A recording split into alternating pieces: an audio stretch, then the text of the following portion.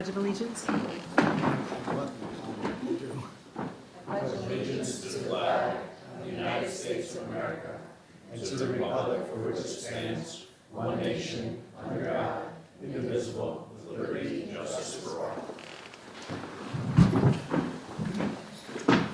Good evening, everyone.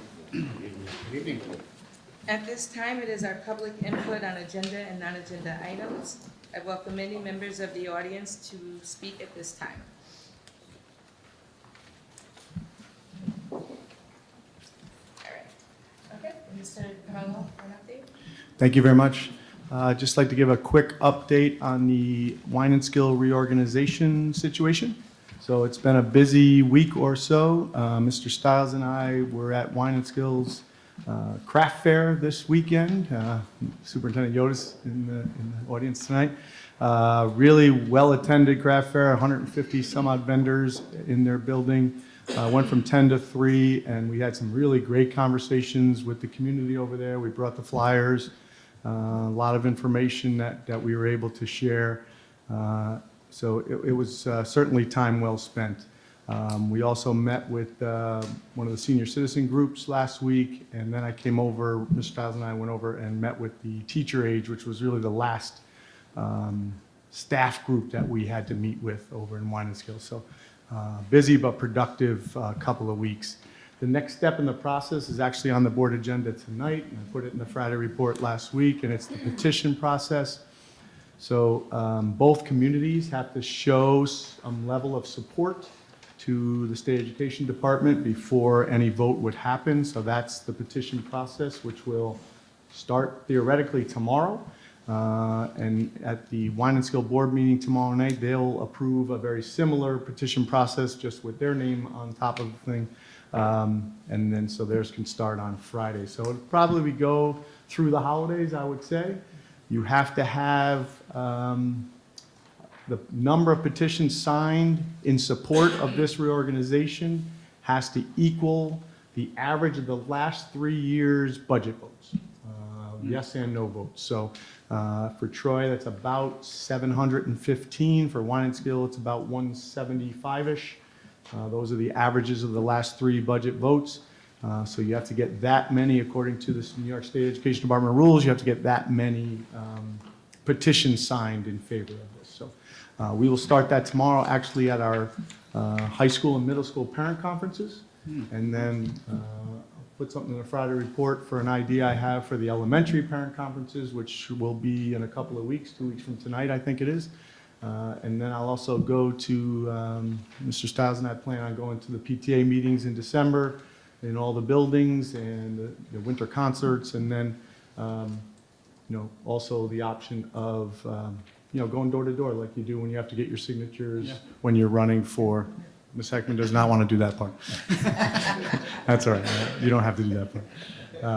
But I don't see any trouble. I think this is really a great thing for both communities, but certainly in Troy, there's really no downside at all to this possible reorganization. It's as I said at all the community forums, it's a tremendous opportunity for both communities for some long-term financial stability and the ability now to add staff and programs and supports so that every student can be successful. So I think it's going to be a great thing, and this is the next step in the process. Awesome, thank you. All right, so the man of the hour, we'll have Dr. Ford come up and do our School 16 presentation.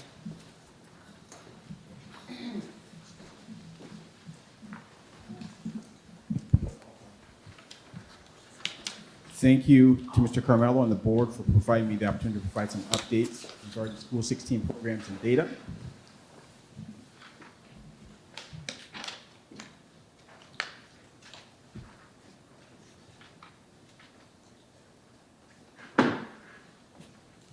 The mission at School 16 is to prepare each child intellectually, socially, physically, emotionally, ethically to become a contributing member of our society. The entire School 16 community will provide a safe and positive educational climate that supports a challenging curriculum.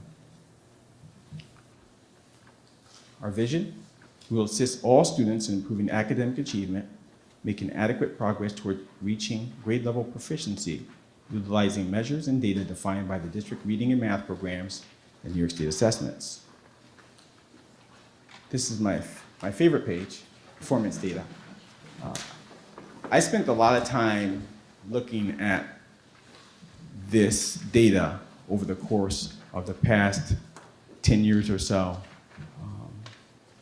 with the goal of obviously increasing student achievement. As you can see with our timeline with student performance, our students and staff have done a remarkable job at focusing on building confidence within the classroom of our students and also maintaining high levels of expectations for student performance. As you can see with our most recent data from the New York State testing for ELA math and science, we've reached 63% of our students being proficient in ELA in grades 3 through 5, 64% of our students proficient in math, and 46% of our students proficient in 5th grade science. As you can see, those are increases from last year with the exception of math.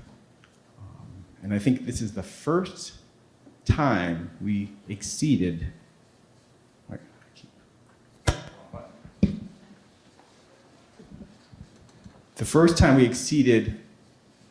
the state averages in proficiency in ELA and math and science at the same time in the same year. Thank you. And our efforts aren't in isolation. You know, I look at my colleagues and the conversations we've had over the years about things we do differently, the resources we bring into the classrooms, we bring into the district, conversations with Mr. Carmelo with our data conversations, and those all have made a huge difference in terms of our efforts. The state averages for proficiency this year for ELA were 53%, for ELA, 55% for math, 44% for science, and as I said, we exceeded those averages in ELA, math, and science. So these are some of the things we've done over the years. I shared this last year. I'm not going to go over all of these resources, but I will highlight a couple. Instructional coaches. We have our content specialists for ELA and math. I think we're still the only school that has one instructional coach supporting ELA and one instructional coach in math, which has greatly supported us over the years.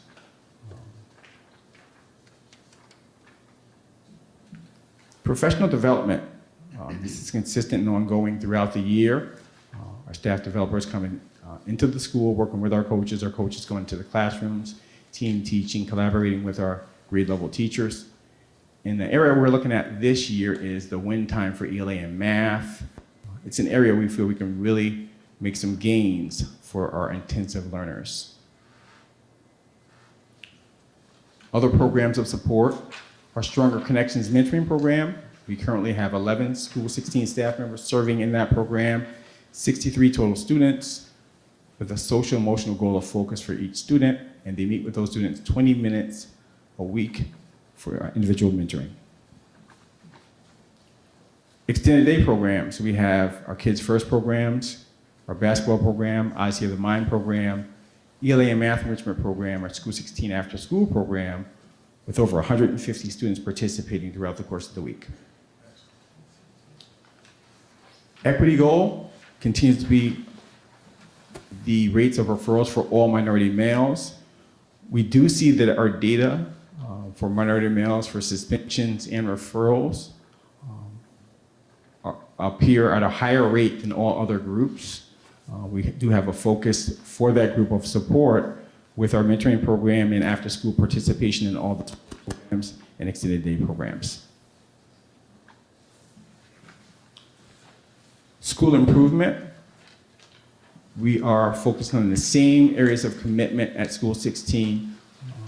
And the reason why a lot of these areas haven't changed is we feel like they're still contributing towards our success. So we want to maintain those areas. So commitment 1 is to strengthen student engagement to promote positive student behavior through implementing and scaffolding rigorous curriculum to meet all students' diverse needs. Commitment 2, to build positive homeschool relationships to improve student attendance and create positive, proactive school-wide approach to increase student attendance. Commitment 3, using culturally responsive educational practices in our school community with a focus on each of the 4 areas: a welcome and affirming environment, high expectations and rigorous instruction, an inclusive curriculum assessment, and ongoing professional development. And the final area, Commitment 4, is identification of Tier 2 and Tier 3 students in need of additional support who are not responding to Tier 1 differentiated instruction, to establish rigorous targeted goals and progress monitoring. Are there any questions? It's really fast. I promised Mr. Friend, he timed me actually on this. So he said, you have to be 5 minutes or less. Any questions for Dr. Trying to think of one. I would ask Dr. Ford, obviously the data's great, you guys are killing it. Just, I guess, a couple questions. Number one, you had a goal of the Blue Ribbon certification. You still working towards that? Do you need support around that? Are you looking into that? How does that work? Yeah, we still are looking at that area. We did try to schedule a visit to a school. They weren't able to support us with that. We're going to look at that again. The targets for reaching that goal are pretty high. Okay. So we know we have to at least reach 75% proficiency in ELA and math to be seriously considered. All right. And then what's your biggest challenge? The biggest challenge is really trying to support the students that need more, to identify what that more looks like in the classroom from day to day. We have a lot of resources that we're using in school. We're trying to target which resources are most effective at supporting those students long-term to make the gains that we want to see. You feel like you have enough resources? Yes, I think we incorporated last year iReady program. This year we're using UFly program more. It was mainly intended for K2, but we're seeing that's being used in grades 3 through 5 now. So the conversations are how do we best use that program. So a lot of it is just strategizing about how to best implement the programs. That's great. My kids go there. I'm tremendously happy with what goes on there. I think the community should be proud of what School 16 is doing, especially when other school districts are being compared to it, and really it's a bright spot for our school district. So really appreciate what you do and what the staff does. I see some of the staff back there, just excellent people over there, and excellent teachers that really do care about the students. So the staff should be applauded as well. So really nice Thank you. job. Can we have School 16 staff stand, please? Our staff. You're going so fast.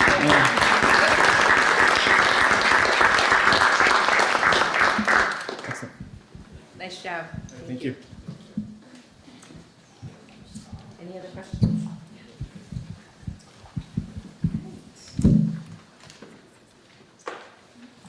All right, motion on the floor for approval of minutes from November 5th. Discussion? All those in favor? Aye. Opposed? Under Superintendent Recommendation, Human Resources, Staff Matters, Unclassified and Classified. Under Unclassified, motion on the floor for consent agenda items 1 through 10. Discussion? All those in favor? Aye. Opposed? Under Classified, motion on the floor for consent agenda items 1 through 5.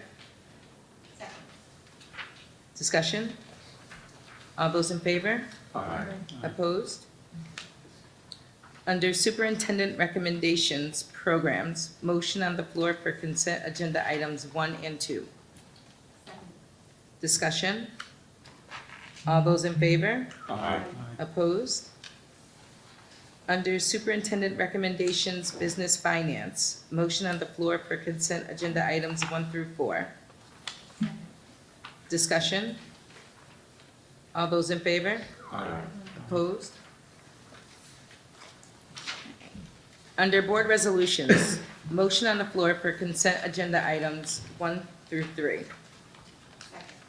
Discussion? All those in favor? Aye. Opposed?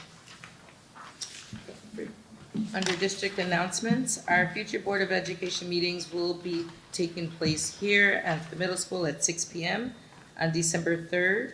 And on December 17th, we will have our presentation from School 18. Future feasibility community meetings on December 2nd at 6 PM. We'll meet at the Questar 3 BOCES location. We'll also meet on December 17th after our Board of Education meeting to discuss the future feasibility community with the community meetings for that, and on December 18th after the Wine and Skill education meeting at 7 PM. Ebony, on that, it's a question. Can we use communication to get that out to the parents in the district or other people in the district? I know a couple parents have approached about utilizing like Parent Square to announce that stuff. Yeah, we should. I think we have done Has it been? Yeah, I Okay. think it Yeah. is. All right, We'll so make just sure- make sure we we'll make continue, sure we yeah, continue to to do continue that, because I know some Yeah. people are interested and they've said, oh, I don't know when the meetings are, where do you Okay. find all that, so. Definitely, you All got right, thank you. Is there an update on the location? I think you it. brought We up- decided to keep that, so that was we talked about making it closer, that's not very convenient. Yeah, But that was actually a state ed recommendation, David Elliott that came to that first I joint remember him, meeting. He's the state ed rep that we've been working with, and he thought it was important and recommended that we use a neutral site, so. okay. Questar volunteered, so if it turns out that it's not really well attended and we Yeah. need another one, then we can always reschedule another one in that time. Okay. All right.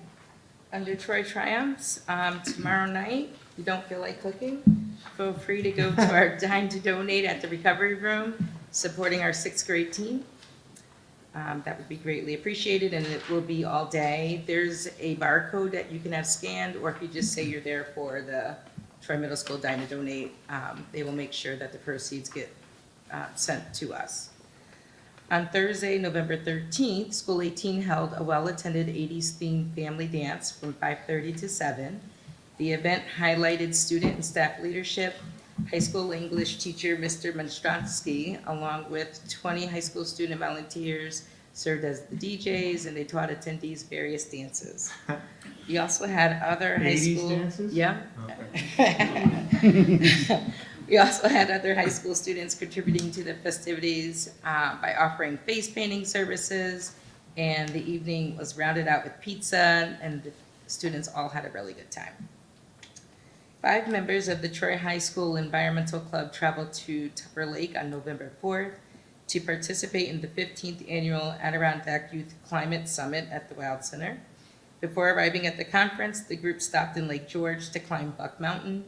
They successfully did reach the summit, and at the event, students attended a series of workshops, explored the museum, and collaborated to develop their own climate action plan. Cool.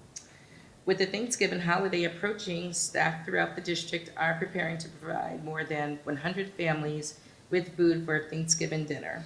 We are grateful to all our staff and volunteers who go above and beyond to offer support to many of our families this holiday season.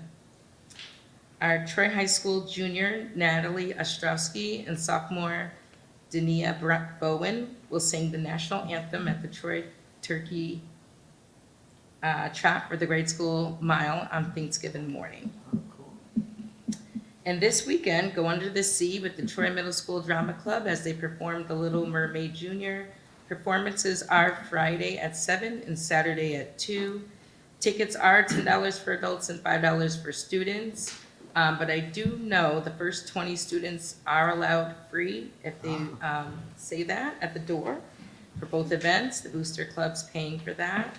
And they are also performing for the district's 2nd graders tomorrow morning. So we hope to see everyone there. We also are having a poinsettia and wreath sale hosted by the Booster Club, and that is to support the class advisors. So if you're interested in making a purchase, you can reach out to Ms. Fraser. No. She's here tonight, you can tell her She's tonight. like, no, okay. No, to Beth Wilson. Beth Wilson, okay. Oh, it really Reach wasn't? out to Ms. Beth, okay. And that's all I have. Anyone else have anything? It was great to attend the Troy's Community School fundraiser. A number of us were Oh, there. yeah. Thank you for hosting that. Great event, well attended from what I could tell. So appreciate the opportunity to engage with staff and children in that engagement. So thank you so Excellent. much. Jimmy, how'd you do this year? Really? Excellent. Thank you. All right. Motion to adjourn the meeting? All those in favor? Aye. Have a good night, everyone.